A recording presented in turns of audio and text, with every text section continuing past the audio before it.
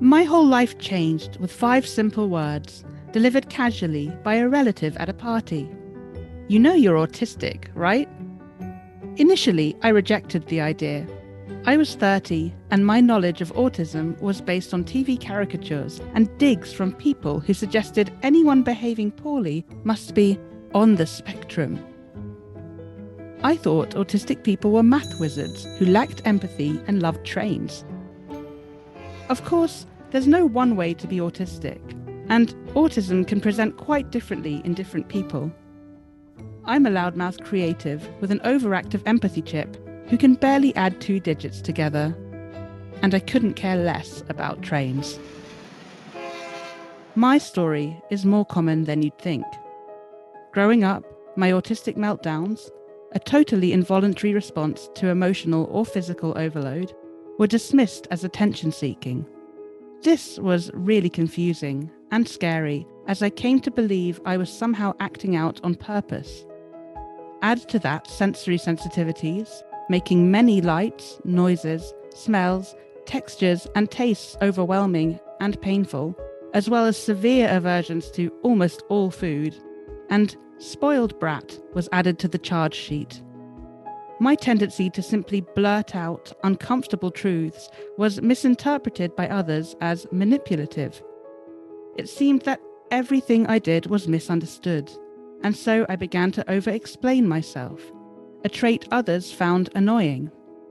By the time I was 7, my self-esteem began to plummet. I tried to hide my difficulties and differences by disguising my obsessive interests or choosing similar ones to the other girls, like boy bands, for example. In my case, Hanson, even if I never did marry Zach. This is called masking, and it's something many autistic girls do to try to blend in. Unfortunately, the long-term effects of masking can cause mental health issues and autistic burnout, an experience lots of autistic people can relate to, where our difficulties are suddenly magnified and it becomes impossible to participate in the world. Autism is often presented as an illness to be cured, when in fact it's just a different way of experiencing the world. While it comes with its downsides, it also has benefits. Contrary to stereotypes, autistic people can be creative, emotional, and highly empathetic, kind while saying exactly what we mean. I care deeply about social justice. I connect with animals. I get untold joy from my intense interests. And when my sensory sensitivities are focused on positive experiences, like music, it can be wonderful. Around 1 in 100 people in the UK are thought to be autistic, with 3 times as many boys as girls being diagnosed.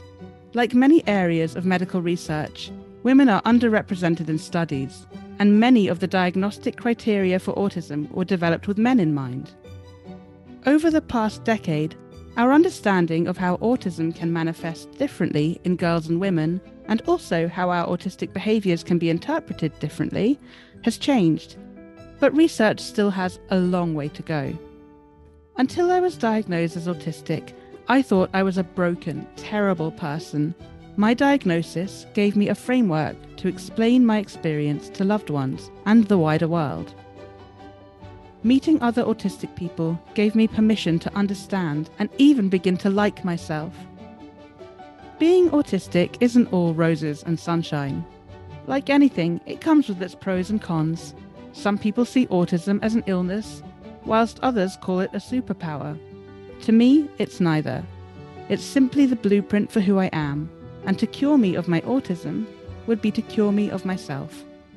My hope is that society comes to better understand the autistic experience, so that future generations of women are able to be diagnosed at an earlier age.